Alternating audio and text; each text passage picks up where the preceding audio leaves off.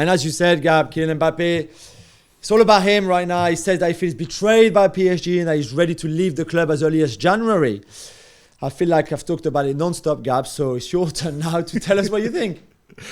So, well, one thing I made is that Mbappe has all the leverage here. I wrote a column about this. Hey, look, keeping my tradition, plugging my columns. Mbappe and Haaland, the big difference is they have far more leverage than Cristiano and Messi had at their age because of the way they set up their contracts, right?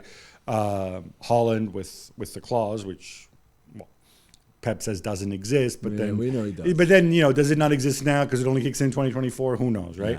Yeah. And also Mbappe taking this 2+1 deal, right? He's the guy in charge. Why he's unhappy? So I've read so much stuff. You can tell me what's true, what's not.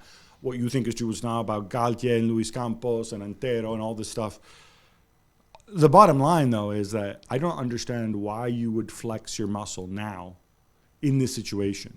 If you also have a World Cup coming up as well, by the way.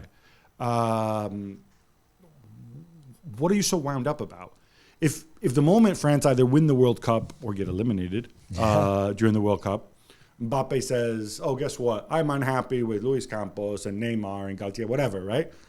And I want to move now. Nothing changes, right? No, that's true. Nothing changes. So why bring this up now? Because I think he's had enough. It got to the point where this was brewing, and it got to a point where he exploded, and he had to, I think, he had to make it known, basically. This is what happened. Because I think he wanted maybe people to know why he was not enjoying his football right now, why he was not happy. Who cares why you're not enjoying your football? You're a professional footballer. Yeah. You're hurting yourself by doing this now because now you're going to create all these other distractions. They're going to spill over with France. He doesn't see it as distraction, though. He doesn't think that this is hurting himself. He thinks that it's actually good that this is out there because now other clubs are aware that he wants to go, and maybe some will come for him. Because they wouldn't notice that nobody has his mom's number. No, it's not that. But I think they wouldn't come for him in January if he says this after the World Cup. I mean, maybe he would. But after the World Cup, when he would not have been with PSG for 6 weeks, potentially, you could also say the same thing. Like, well, why saying it now after the World Cup? I don't know. I just think. I mean, we know how he is. It's a lot about him anyway. It always is, and it will always be. So, more good news for Paris Saint-Germain. They've been accused of hiring an agency to conduct a social media smear campaign against Mbappe. Jules, did they hire Bartomeu as a consultant? Well, it's a tip. Funnily enough, but that company they hired is based in Catalonia. So, I mean, for all we know, it might be the same one as the one Barcelona and Bartomeu used a few years ago. I don't know. They denied this. They said this is not true.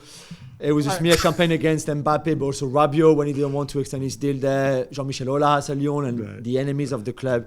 Crazy story. We need to know a bit more about it to see who's right, who's wrong, but it's just not a good look. Thanks so much for watching ESPN on YouTube. And for more sports highlights and analysis, be sure to download the ESPN app. And for premium content and live streaming, subscribe to ESPN Plus.